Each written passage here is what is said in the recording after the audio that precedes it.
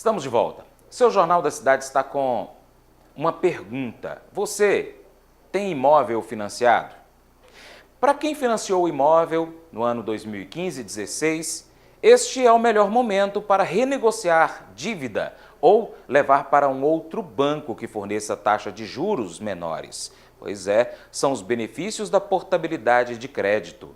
3 quadros do metrô era o que eu queria. A alegria estampada no rosto do Flávio por ter comprado um apartamento próprio em 2016 só aumentou. No primeiro semestre deste ano, ele conseguiu reduzir a dívida com o banco. É que esse é um ótimo momento para se fazer refinanciamentos de imóveis. Após sucessivas quedas, a Selic, a taxa básica de juros, chegou a 6,5% ao ano, menor série histórica do Banco Central. Com isso, outras taxas, como a de financiamento imobiliário, também foram puxadas para baixo. Há 2 formas de se refinanciar um imóvel: tentando uma taxa de juros menor com o próprio banco credor ou por meio da portabilidade para outra instituição financeira. O primeiro passo que a gente sempre fala para o cliente é tentar reduzir a taxa de juros no banco que ele já tem a conta, que ele já tem o financiamento. Ele não vai precisar pagar uma tarifa de manutenção num banco novo, ele vai ficar também isento do pagamento da taxa de avaliação de bens em garantia que ele vai precisar fazer se ele mudar de banco, e não precisa pagar a transferência desse credor, né? Que quando faz a portabilidade, você muda o credor e tem que fazer um registro no cartório. Flávio permaneceu com o mesmo banco. Em 2016, ano em que as taxas de financiamento imobiliário bateram recordes de alta, ele financiou R$190 mil em 360 meses, a juros de 10,3% ao ano. O montante pago ao final chegaria a quase R$515 mil. Ao pedir o refinanciamento do restante da dívida em 2018, conseguiu uma redução de 0,5% na taxa de juros.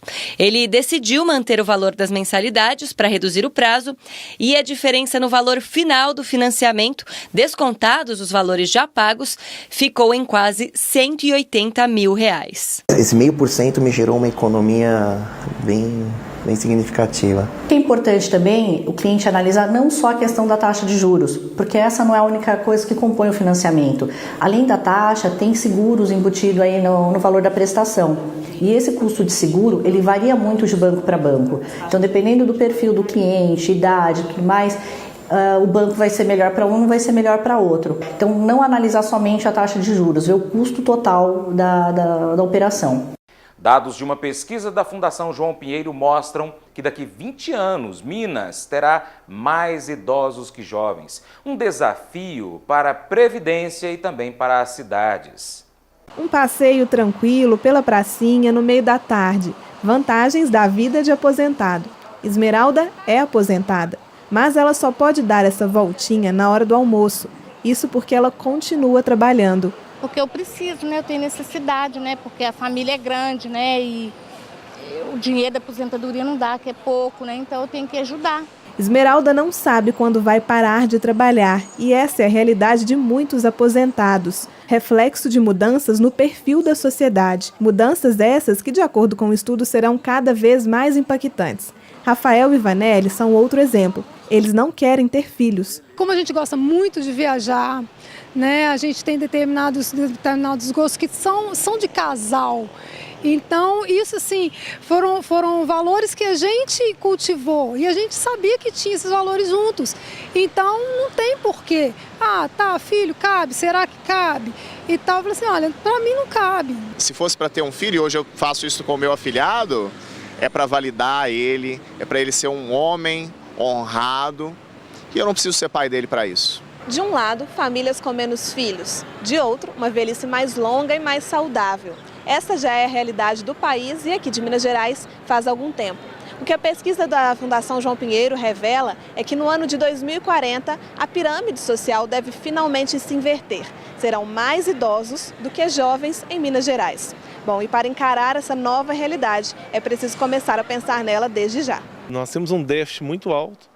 E esse déficit atrelado à Previdência Pública é preocupante, porque daqui a pouco nós vamos ter dinheiro para pagar os aposentados e pensionistas. Isso é muito preocupante, deve estar na agenda tanto do estadual, do governo estadual, quanto federal, da União, para tentar mudar essa realidade. Na análise do pesquisador, é preciso repensar o sistema de previdência e também adaptar a estrutura das cidades para esse novo cenário. Acessibilidade é um problema hoje para os idosos. Eles não conseguem acessar todos os espaços públicos, filas de idosos, né? A gente fica brincando que as filas de idosos têm ficado maiores do que as filas normais, as prioritárias têm ficado maiores. Precisa repensar um novo modelo para atender, né, esse idoso e fazer com que ele tenha cada vez mais qualidade de vida. Para finalizar a edição desta quinta-feira, agora nós vamos ver outros destaques que marcaram esta manhã de hoje no Brasil e no mundo. Homens morrem em acidente durante fuga após assassinato no interior de Minas. A tentativa de fuga de 3 suspeitos de executar um rival terminou em tragédia em Minas Gerais.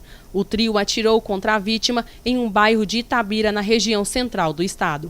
Em seguida, fugiram em alta velocidade em um Siena. Porém, em uma rua que dá acesso à estrada que liga o município ao Belo Horizonte, o condutor perdeu o controle da direção e o veículo bateu de frente com o caminhão. Os 3 ocupantes morreram. Ao menos 2 deles já tinham passagens pela polícia por outros crimes. O homem baleado por eles não resistiu aos ferimentos. O jovem carioca René Silva, de 24 anos, foi reconhecido como um dos negros mais influentes com menos de 40 anos pelo prêmio MIPAD, afrodescendente mais influente em português em Nova York. O fundador do jornal Voz da Comunidade e morador do Complexo do Alemão, René ficou conhecido nas redes sociais quando narrou a ocupação policial do Complexo do Alemão em 2010, quando tinha 16 anos. Outros brasileiros também foram homenageados nessa premiação, como Lígia Medeiros, Paulo Rogério Nunes, Danilo Rosa de Lima, Djalma Ribeiro e Stephanie Ribeiro, por seus trabalhos na defesa e valorização dos negros no Brasil. Uma cobra foi resgatada pelo Corpo de Bombeiro em Penápolis, São Paulo, na tarde de quarta-feira. De acordo com as informações da corporação, o animal estava em uma área de captação de água do Departamento Autônomo de Água e Esgoto de Penápolis. A Polícia Militar Ambiental foi acionada e vai fazer a soltura da cobra em um córrego da cidade e ninguém ficou ferido. Seu Jornal da Cidade está chegando ao fim. Continue aí ligadinho na TV Minas Brasil, no seu televisor, no seu smartphone, no computador. A tela da TV Minas Brasil é o seu canal de comunicação e a gente sempre pede a sua participação com vídeos, elogios, reclamações, filmagens, textos, áudios. É só você mandar para a gente no WhatsApp 998956286 e você verá no JC nos Bairros. Mais notícias, 7 da noite com João Paulo Marques. Minas Brasil Notícias. Obrigado pela sua atenção. A gente volta a se encontrar nesta sexta-feira, no mesmo horário, aqui na TV Minas Brasil. Deus te abençoe. Tchau.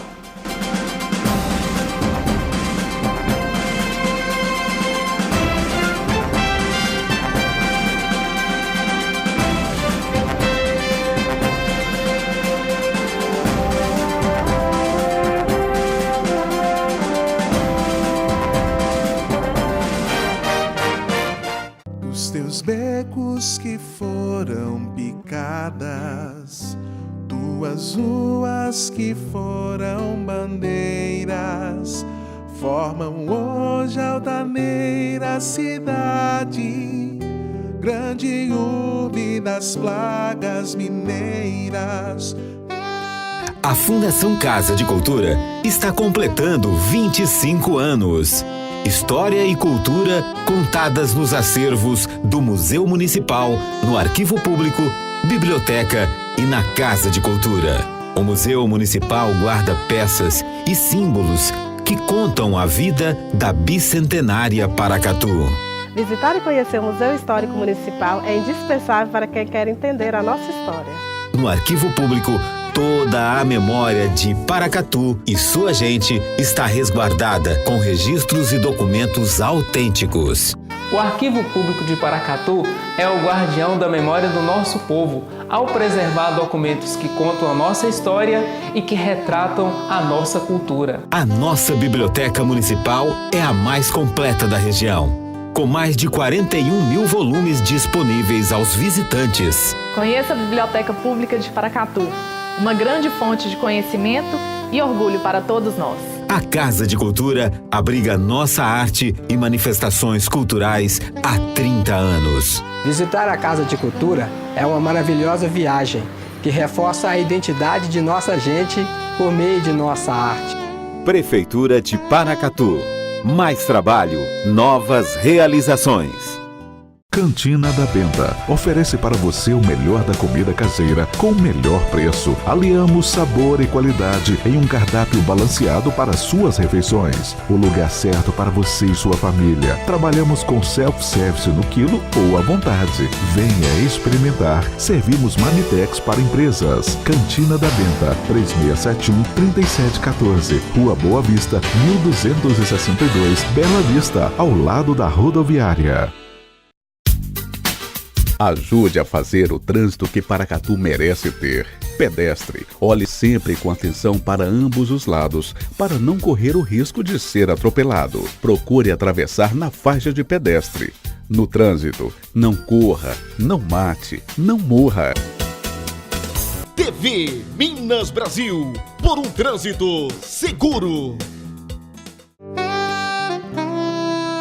A Fundação Casa de Cultura está completando 25 anos. O Museu Municipal guarda peças e símbolos que contam a vida da bicentenária Paracatu. No arquivo público, toda a memória de Paracatu e sua gente está resguardada com registros e documentos autênticos. Prefeitura de Paracatu. Mais trabalho, novas realizações. Guia Comercial de Paracatu. Seja visto, seja lembrado. Saca-rolha, a esquina mais agradável de Paracatu. O Saca-rolha oferece uma excelente variedade de petiscos, cervejas e shows musicais ao vivo. Rua Doutor Seabra, número 30, Praça do Santana. IP Florido Parque Hotel, ambiente familiar, com piscinas, área de lazer, chalés e um delicioso e premiado buffet. Reservas 389-9926-6666. Venha conhecer Armazém do Trigo com sua família. Pães, rosquinhas, tortas, doces e salgadas e uma variedade de produtos. Rua Bento Pereira Mundim, 23, em frente ao Corpo de Bombeiros. 3671-3812.